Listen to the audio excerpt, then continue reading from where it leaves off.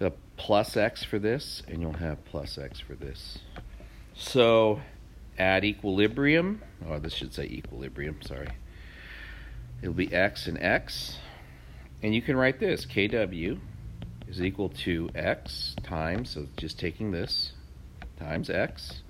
That's equal to 1.00 times 10 to the minus 14. All right. To solve that, I take the square root of both sides. And to get the hydronium concentration, I did that, and it's 1.00 times 10 to the minus 7. Yeah. So in pure water, the hydronium ion concentration is 10 to the minus 7. What's the hydroxide ion concentration? Looking at the x's, what should it be? Same, right? It's 10 to the minus 7 as well.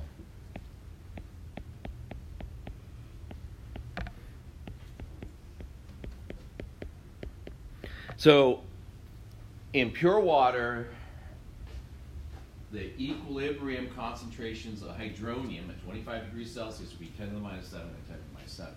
We refer to this as neutral, okay? Because you have as much hydronium as you do hydroxide floating around in the solution. And recognize, like drinking, that's a really low concentration. Drinking that doesn't have any effect, right? And you always have this around too. If you change the temperature, this reaction is endothermic. If you change the temperature, right, then Kw gets bigger. Like at body temperature, I think Kw is close to like 2 times 10 to the minus 14 or something like that. It's a little bit bigger. And then these numbers are different. So neutral is different depending on temperature. What most people will tell you is neutral is 10 to the minus 7 all the time, but it depends on the temperature. It's pretty good though. It's pretty close.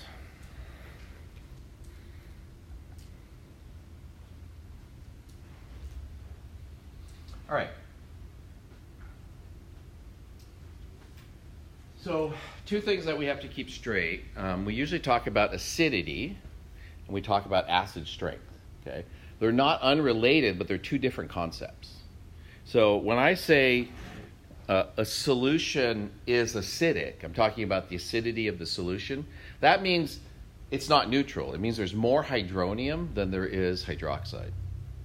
So acid solutions, when I say solution is acidic, right? Acidity is talking about more hydronium than hydroxide. So that's what it means here by saying, all the icons are on the bottom of that screen. That's weird. Acidity is a measure of hydronium concentration, right? You just have more hydronium than hydroxide. So when you add an acid to water, right, like HCl, I'm looking for an actual laser pointer, but I don't think they have one in here, or HNO3, it will act as the acid and donate a proton to the water to produce the hydronium. This is what we're talking about. This hydronium concentration is what we're talking about when we talk about acidity. When we talk about how strong an acid is, we're actually talking about the equilibrium constant for this reaction. And that's going to be, if you write it out, Ka is equal to, all right, the concentration of hydronium times the conjugate base, A minus, divided by the concentration of the acid at equilibrium, like that. That's the number. When I say how strong an acid is, that's the number we're talking about.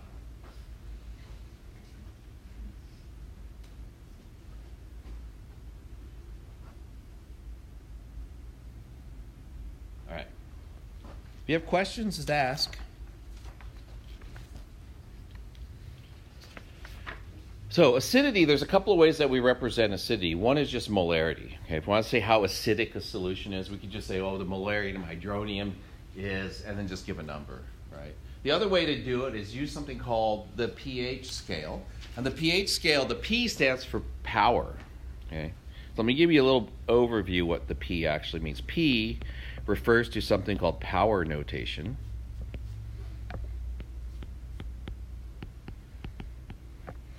And the pH, right, you take the log of the hydronium, and that gives you the pH. if you wanted to look at the basicity, that's the word that we use, basicity of a solution, that's how much hydroxide you have, right? So hydroxide, I could just give you molarity, or I could give you the POH.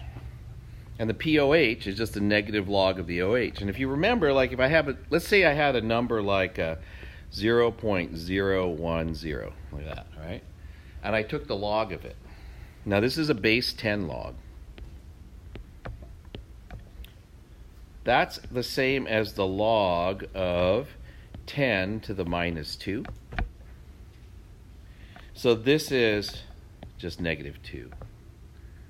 So it's called power notation because what you're going to do is you're going to represent the concentrations, the molarities, in terms of what power of 10 they represent.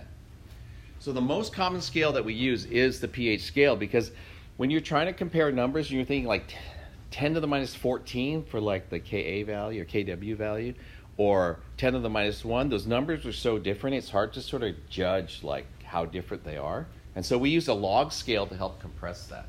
It's also similar to like the Richter scale. You guys know what the Richter scale is for earthquakes? That's also a power scale. And every Richter scale magnitude, they call it magnitude scale. If it's a 3 on the Richter scale, you most likely won't feel it. If it's a 4, it feels like a little bit of trembling. By the time you get to 8, like everything falls down. Like people die from the shaking, right? And this doesn't sound like much. It's like, oh, between 3 and 8, I can't feel it or I'm dead, right? That's because it's orders of magnitude. So it's like 3, 10 to the 3rd, 10 to the 4th, 10 to the 5th, 10 to the 6th, 10 to the 7th, 10 to the 8th. And it's that much stronger. So it's 100,000 times stronger when you're up there. Okay, so between where you can't feel and where you're dead. But we live in the valley, right?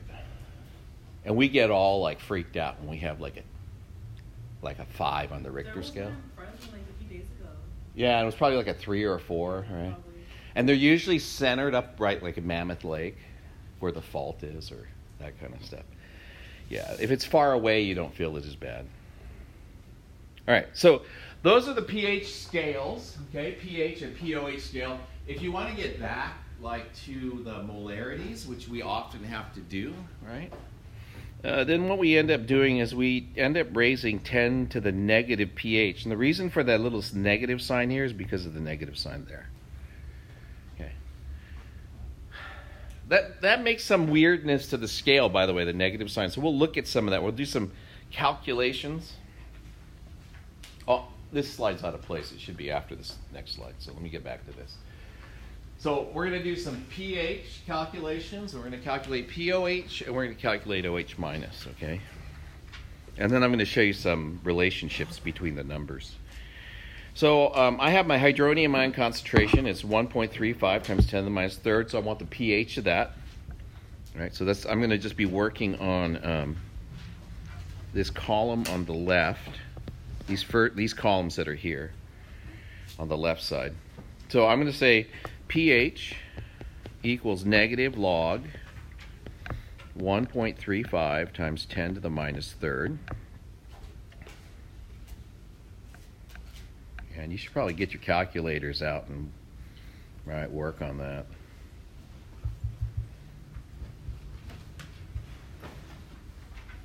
I can't type with my phone.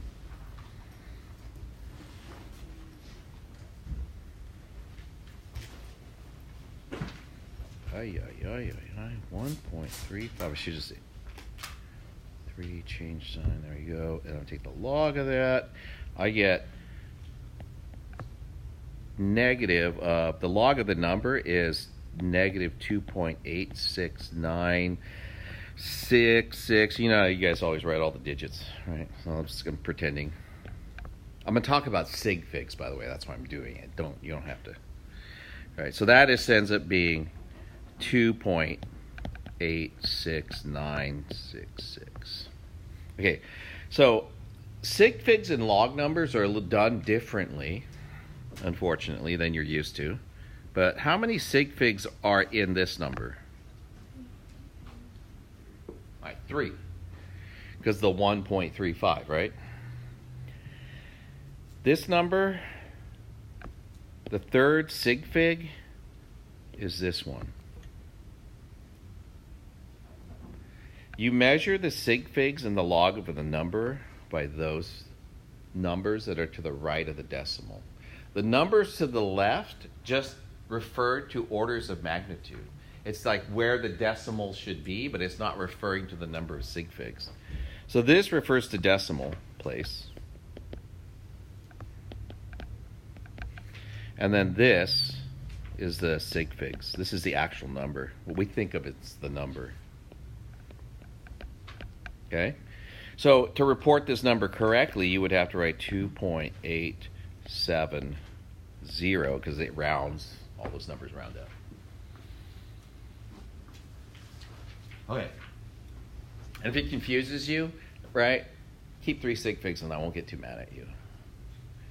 If you keep 1, I'm just going to keep marking points off. And if you keep like that many, I'll mark point. I'll just be like, stop that. Yeah. And I'll just keep doing it till it stops. You know what the saying is, right? The beatings will continue until the morale improves. Sorry. All right. So you only want 3 sig figs then? Yeah, I mean, if you can't figure it out, just keep 3 and we're for this section. All the best equilibrium constants have 3 sig figs. Most of them have 2, and some of them only have 1. When you look at the table in the back of your book, lots of them only have 1 sig fig. So as you're doing your calculations, keep like 4 numbers and then just report 3 and you'll be pretty safe. Okay, you won't have rounding errors. I think the rounding errors is worse than the sig fig errors. Question? No? Okay. All right, so now we're going to go 9.35. We want to get back to the hydronium ion concentration. So we're going to go 9.35, right? We want to convert this. This is the number. I want to get that into OH minus. Or sorry, pH. I'll get that into the pH. So I want to get this back into the hydronium ion concentration. So that's going to be 10 to the minus 9.35.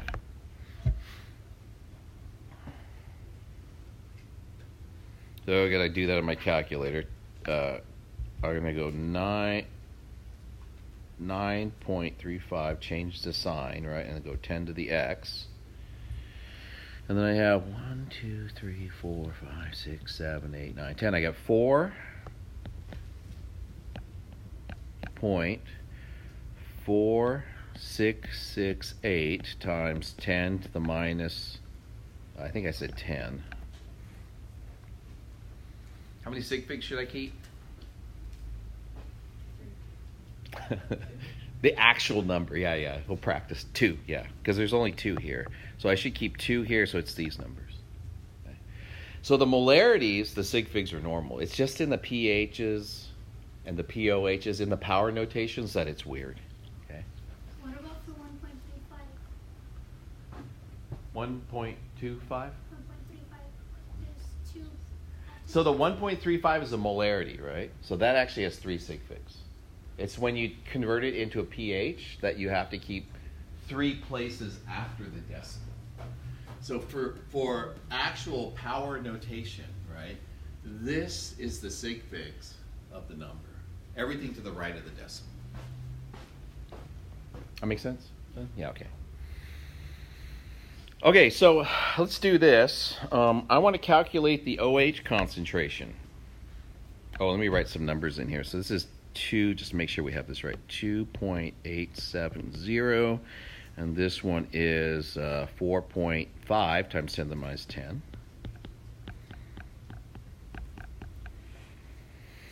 Now I'm going to calculate OH concentration. How do I get OH concentration for those? Right? Kw is what relates the OH concentration. So I know that Kw is equal to, right, the concentration of hydronium times the concentration of hydroxide. So if I think about that top line being in one solution, you can calculate all of these values just for that solution. So I'm going to go OH minus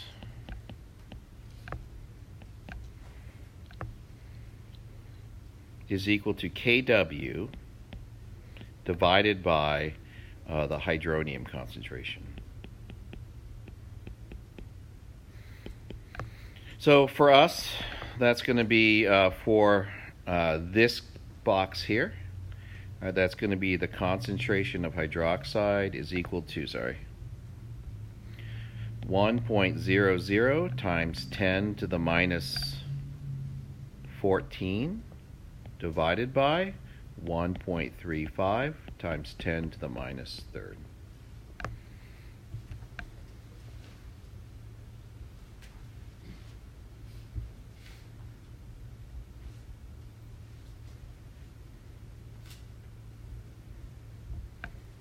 And I get 7.407,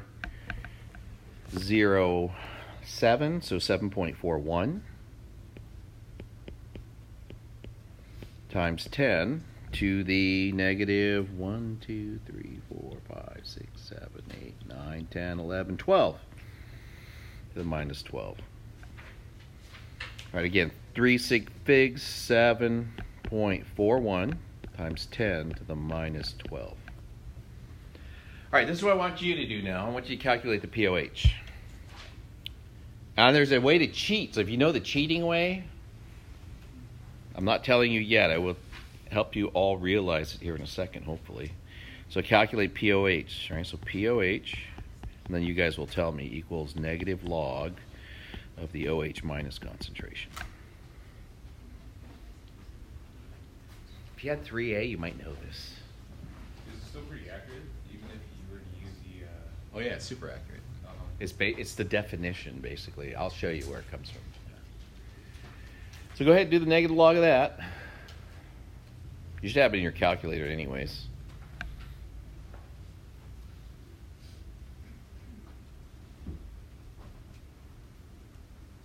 I think I did my calculation right. By the way, if you guys get a different number than me, let me know.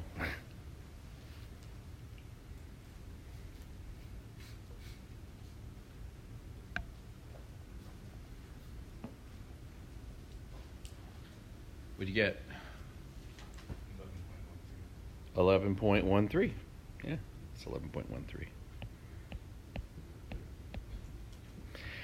And it's 3 sig figs though, right? So I gotta add another one, just to be careful. All right, so negative log of 7.41 times 10 to the minus 12 ends up being 11.130. So do this, add pH and pOH together. Just add those numbers.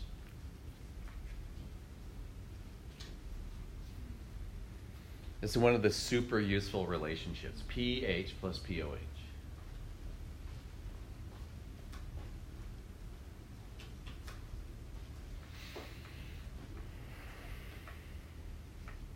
What do you get? 14. It turns out when you take the pH and you add the pOH to it,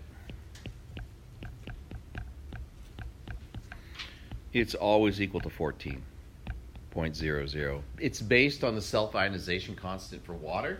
That's the power, like 1 times 10 to the minus 14. That's where that comes from. Okay.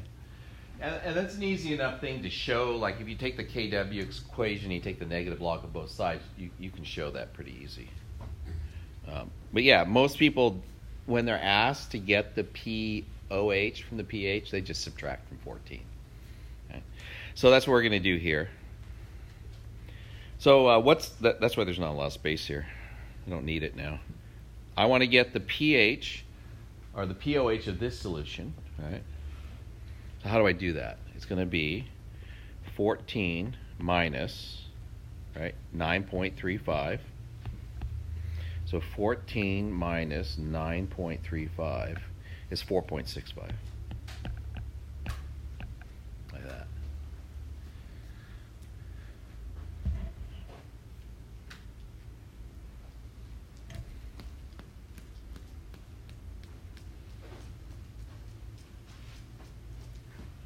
So let me ask a question real quick. When you look at these two values, all right, which one's larger?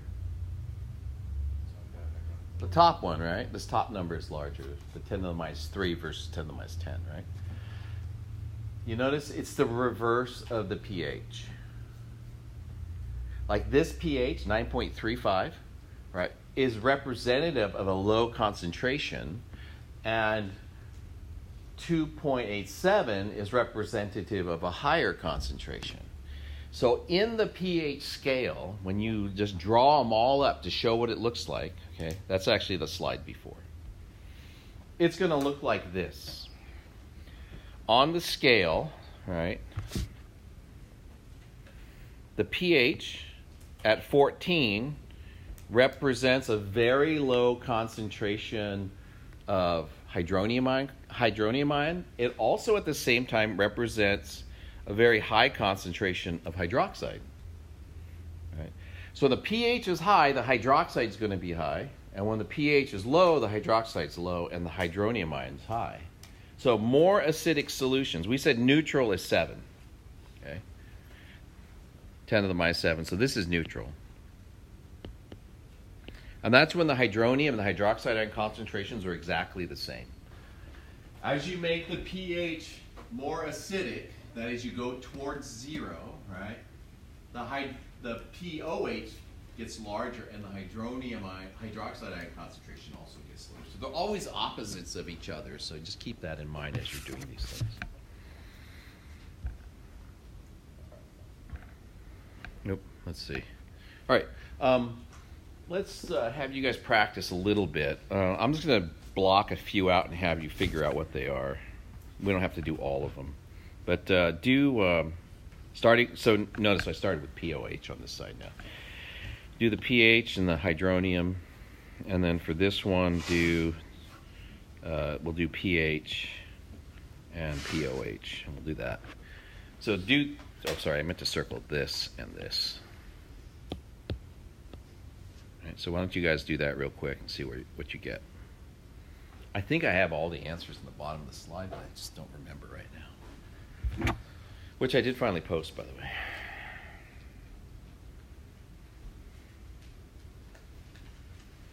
I'll be working up here on the same thing, so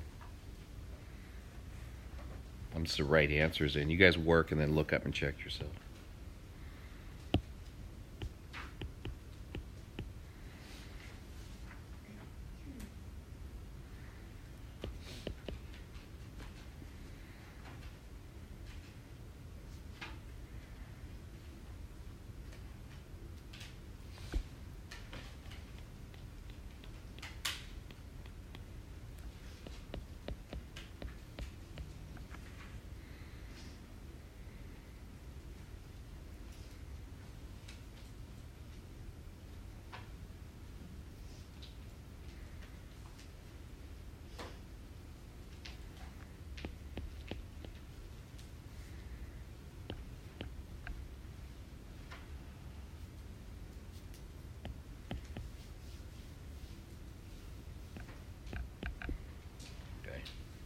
Give you a few more minutes so you can check yourself. If you have questions, let me know. Make sure you guys are getting it. And we'll move on from there.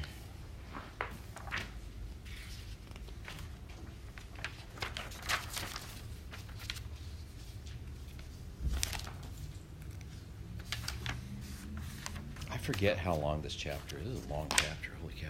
A lot of stuff in it.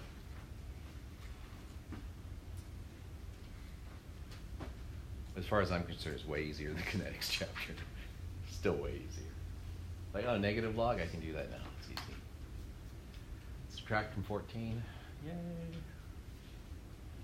All right, is that what you guys are getting? Yeah. So you should get 11.129 for the POH with the right numbers, sig figs. All right. OH, 7.43. Times 10 to minus 12, and then the pH for that one is 2.871. I got the 2.871 just by subtracting from 14. And then for the POH, I got the pH, I just subtracted from 14, so I got 9.65 with the right sig figs, and then it's 2.2 times 10 to the minus 10 for the concentration of hydronium ion. All right. You guys could fill out the rest. I just want to also show you this. I put this on here. It's helpful for me to think about how these things are related. If you look at pH and pOH relationships, they are connected by that. Okay?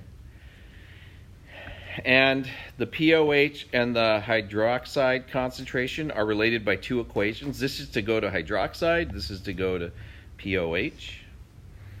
And then hydronium and hydroxide are connected by this. Right? Self-ionization of water. And then pH and pOH, or pH and hydronium, are connected by these equations, like this. So it's a circular relationship.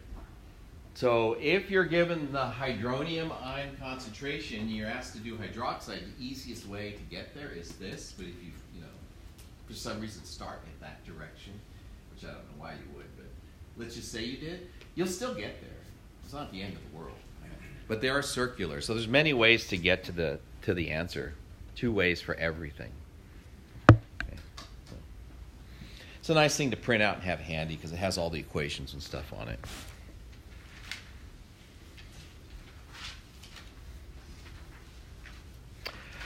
Okay, so representing acid strength. So we have, like from Chem 1A, there's strong acids. Name a strong acid, like your favorite strong acid. You don't have one, huh? She's like, no, I don't have a favorite. Like nitric acid or sulfuric acid or perchloric acid. Those are the strong acids. And you knew they were strong in 1A because, yeah, they told you these are strong acids, right? And the strong acids, the definition of a strong acid, okay, is that it completely ionizes. Completely, I think I left ionizes. Okay, I'm going to hand these out. I'd kind of like to have these back. If you have one, great. I gave these out last semester, so I know some of you probably have these that were in my 1A. One of the things that you always have to have access to in this chapter is the tables in the back of the book. So I hand them to your left and right. If you already have one, just give it to me at the end. All right, I'm going to show you what this is here in a second. But this is all that stuff in the back of the book that you're having to look up all the time. So you don't have to look it up. And rather than carry the book or switch places in your notes, the online textbooks, yeah, I love this thing. It is so handy to have. I was going to say at the end of the lecture, but you know what? Just hang on to them because they have enough for the other class. We'll just hand them all out.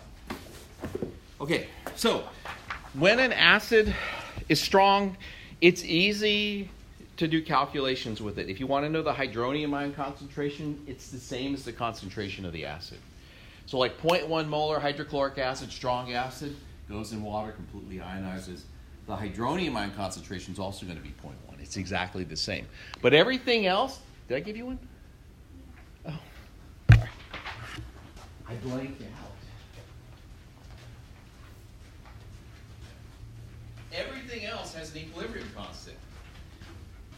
Now, how do you know what the equilibrium constant is? All right. I handed it to you right now. Open this thing up. Flip to page 10? 11. It's actually on, yeah, it's on 10 actually. Appendix 2C. Aqueous equilibrium constants. These represent how strong the acids are. Okay? So you get a problem in the homework and it says, right, calculate the pH of this solution and you need a Ka value, an equilibrium constant. This is where you're going to look it up. Most of the time books don't tell you. Okay? That it's in the back, but it's in the back. So weak acid ionization constants are what we use as a measure of strength of the acid, how strong an acid is. And the Ka, acid ionization constant, is just the equilibrium constant for this reaction. So in this chapter, all your ice tables involving weak acids will have this as the expression. That's what you'll always end up with. Okay, give you some examples. I looked a bunch up. All right. And we're going to look at acid ionization constants. And then we're going to calculate pKa's. I cheated, I already calculated them. Which of these acids is the strongest? Trick question. HCl. What's the second strongest? Because HCl is a strong acid, right? Yeah, so HF 6.8 times 10 to the minus 4. And cyanic acid is 2 times 10 to the minus 14, right? So other than HCl, right, this is the strongest.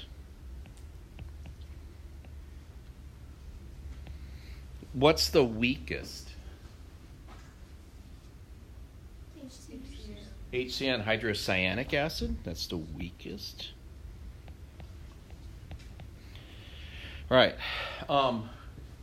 So HF, a pretty dangerous acid actually, not because of its strength, but because it chelates calcium. So if you get it on your skin, it pulls all the calcium out of your system, makes a layer of calcium fluoride under your skin, and all your skin peels off. Useful fact, right? Breaking Bad, it's what they use to dissolve the body in Breaking Bad. It also dissolves things like porcelain and glass, and so it melted through the tub. That's why I did that. So, but look compared to HCl. HCl, strong acid equilibrium constant, is 10 to the 7. All right, so it's really strong. That's why we say it completely ionizes when you put it in water, because in the equilibrium constant expression, right, products over reactants, it's all products. It all turns into products. Okay. The other thing we do to get or look at acid strengths is we look at pKa's of acids. So what I want to do is write up the pKa's. How do you calculate pKa? All right. Doesn't say up there. How do you get pH? Negative log of the OH. So pKa is going to be negative log of Ka.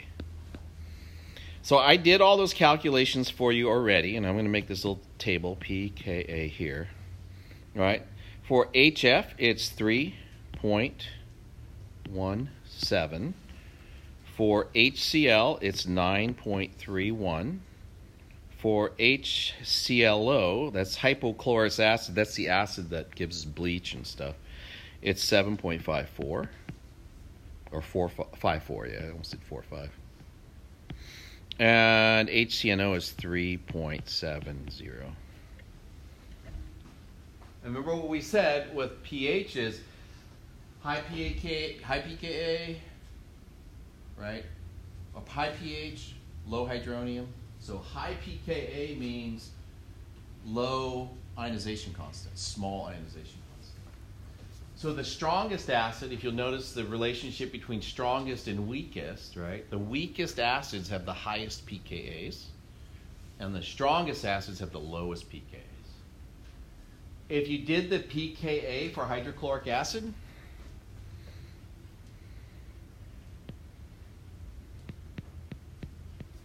it's a -7. It is roughly 10 orders of magnitude stronger than HF. Right, so that's like the difference. Like you think about earthquake scale, like I think like around 13 is when the earth like just cracks in half. It's some big number like that. It's like, oh, you could actually break the earth. I'm like, wow, that's cool. It's not cool for us. We'd all be dead, but. All right. So, let's see, what do I have next? Yeah, we're going to look at bases. Bases, we represent base strengths the same way. Okay. And we take the base, or the conjugate base. So when I say base, I just mean anything that can act as a base. So a base or a conjugate base, right? Reacts with water and does what's known as a hydrolysis reaction.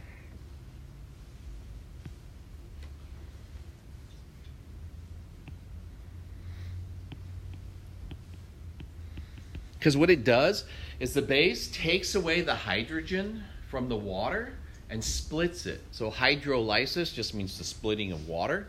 So the conjugate base reacts with the water and splits it into the conjugate acid.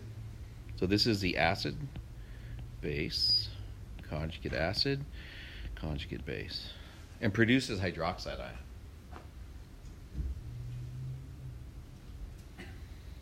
Now, strong bases, right, have big KBs because they make a lot of product over the amount of reactant that's left. Weak bases don't go very far to the right, are actually reactant favored, right, and give very small amounts of product for the amount of reactant that you put in. Just some representative values. There are very few strong bases that I could list for you that are not just hydroxide. The strongest common base that you find is oxide ion. Oxide ion's pKb, or its Kb value is 10 to the 22nd. Okay. So that means if you're looking at products over reactants, you're looking, there's 10 to the 22 powers, right? 10 to the 22 times more hydroxide than there's base. And that's, in essence, 100%. When you put calcium, an oxide in solution, it completely produces hydroxide. Okay. But then there's lots of weak amine bases or conjugate base of carbonic acid. If you look right in the back of this, again, KBs, you flip back one more page, look on the back side, it says dissociation constants for bases. Most Gen Chem books don't list O2 minus, but it's kind of a cool one to put up there because it's so strong. And it's really common. It has dissociation constants for bases. All right. So if you're looking at these bases, O2 minus is a strong base. Which of the remaining ones are which of the remaining bases is the strongest?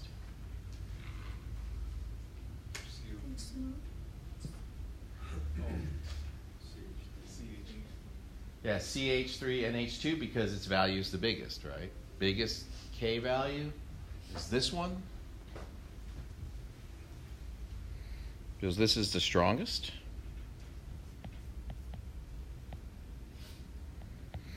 And the weakest? Yeah, HCO3. This is the weakest. If you look at the KB values, again, 4.754, 7. I can't even read it. 638, and 3.36. Right. Strongest base has the lowest KB value, PKB, and the weakest base is the highest one. Again, that relationship. Find the PKB by the log. Of KB, yeah. Yeah, so PKB, right, negative log of KB. All right. Let's see. What time is it? Oh, I got 15 minutes. So let's practice writing some reactions, and then we'll write the K values. Not going to do any calculations, right? So we want to write the Bronsted-Lowry reaction for these weak acids and this one strong base. And we're going to write the expression, the K value for it, okay? So if I do HClO with water, yeah.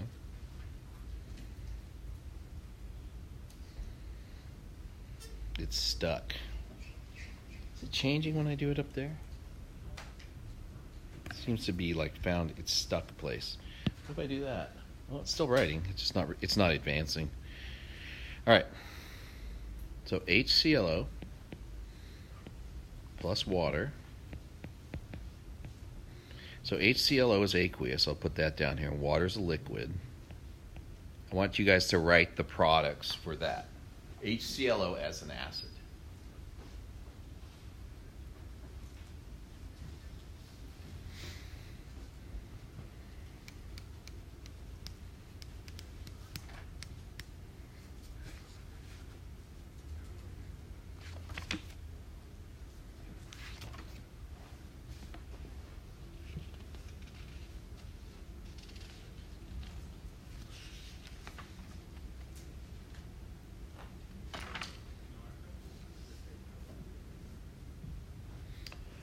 Okay, so what do you get? H3O+. H3O plus. That's when a weak acid ionization, you only get H3O plus. And what is the other thing? ClO minus. Yeah. And these will all be aqueous like this. Okay, this is something I do in all my classes. I do this. I make a squiggly line because like water is like squiggly, it's wavy. That's how I do aqueous. So if you see me just like write HClO and put a squiggly line under it, it just means it's aqueous. If I was really like on top of it, I could just change the color to blue because it would be blue waves and that's water. But okay, we're gonna do NH3 with water and we're gonna do it as a base. And then we'll write the K expressions. So NH3 plus H2O. We could do it as an acid too, but this is the much more likely reaction to take place. NH3 with water as a base.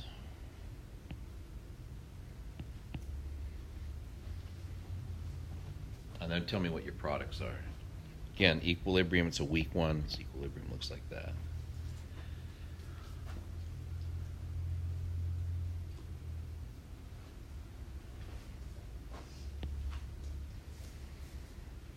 What do you get?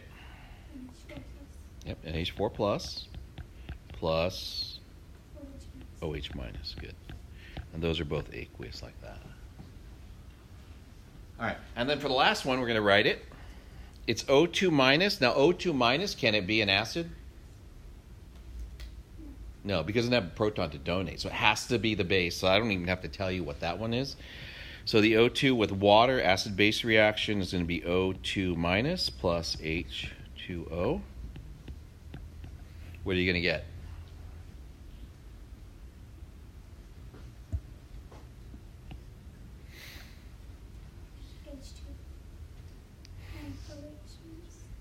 You're going to get, so the water has to donate a hydrogen, right?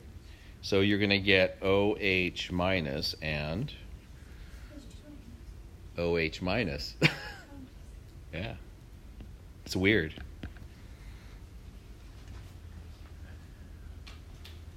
So this thing's got an equilibrium constant of 10 to the 22. Right? So basically, if you put sodium oxide, that's where you get it from, or potassium oxide, in solution, all you're going to get is hydroxide now. That's what it's going to make.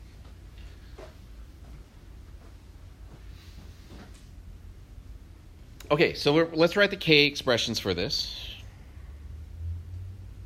So for the first, let me draw a line over here, and we'll just sort of separate it that way. So K for this, and it's going to be a K what? A or B? Ka, because we're treating it as an acid, right? So Ka, and then I'm going to have hydronium times its conjugate base, ClO minus, for the acid. And this is over the concentration of HClO. That. And then for NH3, I'm going to do the same thing. What kind of K is that? Kb. It's the base reaction, right? And so then I'm going to get, what, NH4 plus times OH minus. And then the bottom I'll have NH3. What do I do with the water in all of those?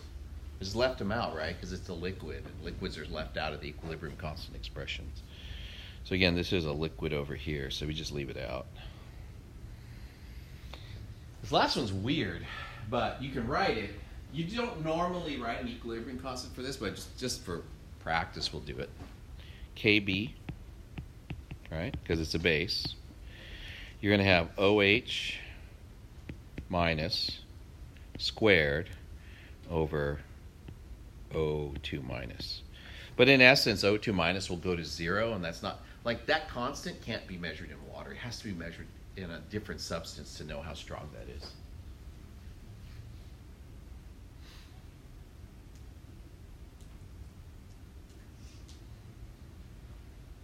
Okay.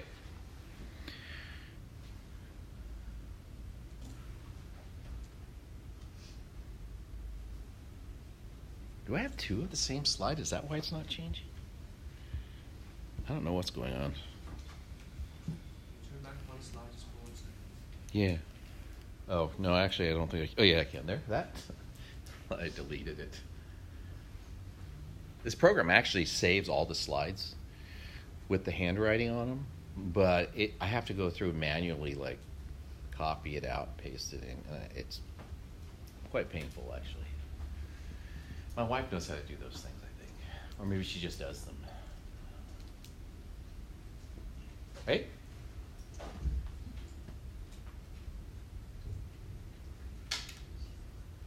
Yeah, it's not changing. Let's see if I can get it changed like this. Yeah, okay.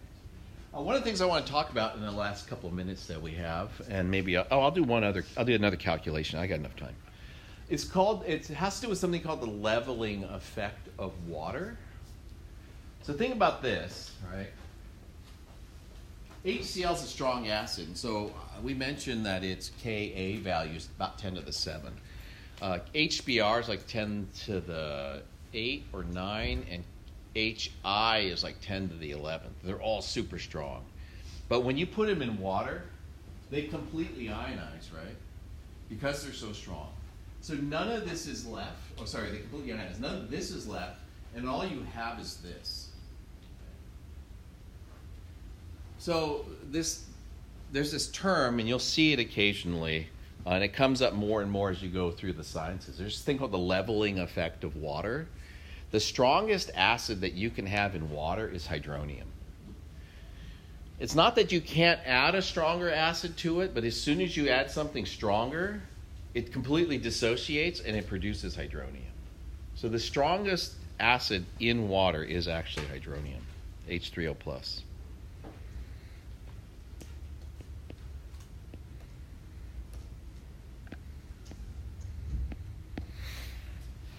I think its pK value for hydronium is like -2, something like that. It's not that important that you know it. But that's like if you put a 10 to the -7 in there, it completely ionizes and makes hydronium. That's the strongest acid that's present in the solution.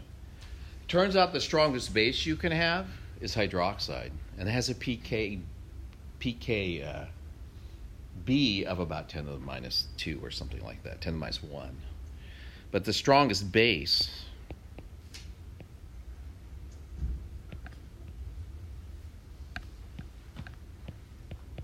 is just OH-. Okay. Anything stronger than hydroxide, like the calcium, like the O2-, if I put it in there, it's stronger, right? It's just going to react with the water and make more hydroxide. So that's the only base that really is the strongest in water. Okay. Let's do one quick calculation. We're going to do the couple of easy ones, actually. Hopefully they're easy.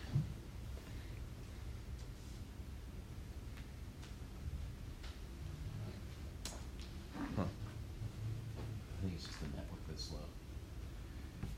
We're going to do strong acid base pH calculations. So, let's say I have 1.34 times 10 to the -2 molar HCl, and I want to calculate the pH.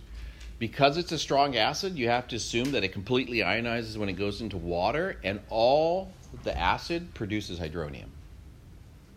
So the molarity of the hydronium in a strong acid solution is the same as the molarity of the acid. So this one would be 1.34 times 10 to the -2 molar hydronium ion. Those two numbers will be exactly the same because it's strong. To calculate the pH, I just take the negative log of that number.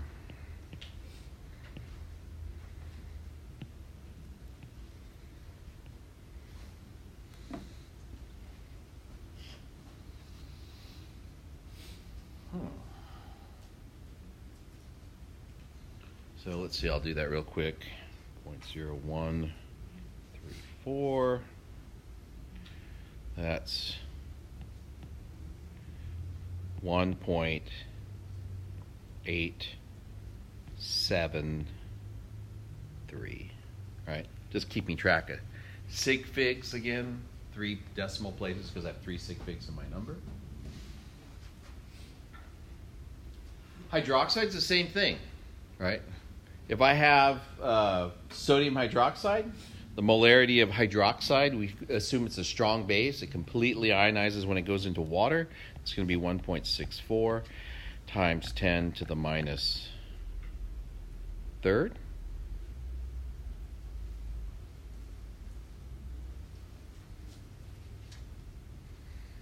So that's going to be a pOH of 2.785, and then the pH will be 11.215. Okay, and to go from pOH to pH, I just use the relationship pH plus pOH equals 14. So strong acid-base calculations are not too bad. I do want to do one other thing, though. Do I have it on here? Oh, yeah. Okay, let's do one more. And you only have to worry about this for strong bases. We're going to assume complete ionization. And I have 0.1 molar oxide. So I put sodium oxide in solution, right? What's my hydroxide ion concentration? We worked out the reaction before, right? And we know that O2 minus plus H2O produces two OHs. So for strong bases, you have to worry about stoichiometry. So what is my concentration of hydroxide? Be 0.2, right? Be twice. You can work it out as I have 0.10 if you want all the units and stuff. Moles per liter of O2 minus. O2, sorry, 2 minus. So used to writing O2.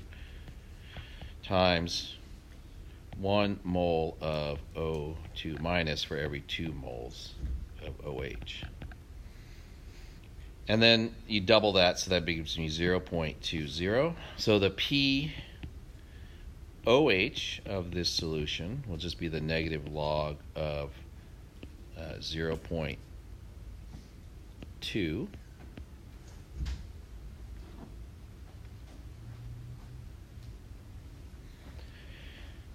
And that'll end up being 0.69. Actually 0.70. It's 0.69897. Right, so it's 2 sig figs, so that's 0.70. That's its pOH, and so the pH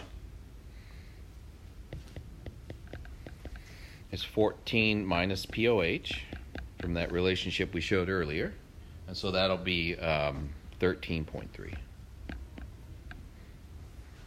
And then I need to add a 0 on there because of sig figs. Again, that's 2 sig figs. I know it looks like 4. But...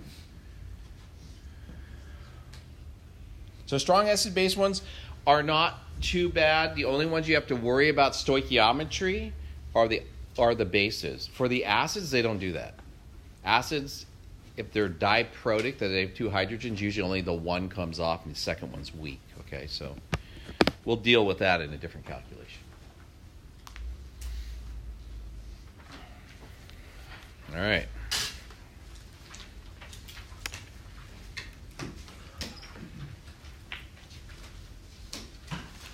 Oh, did I stop the recording? I didn't stop the recording.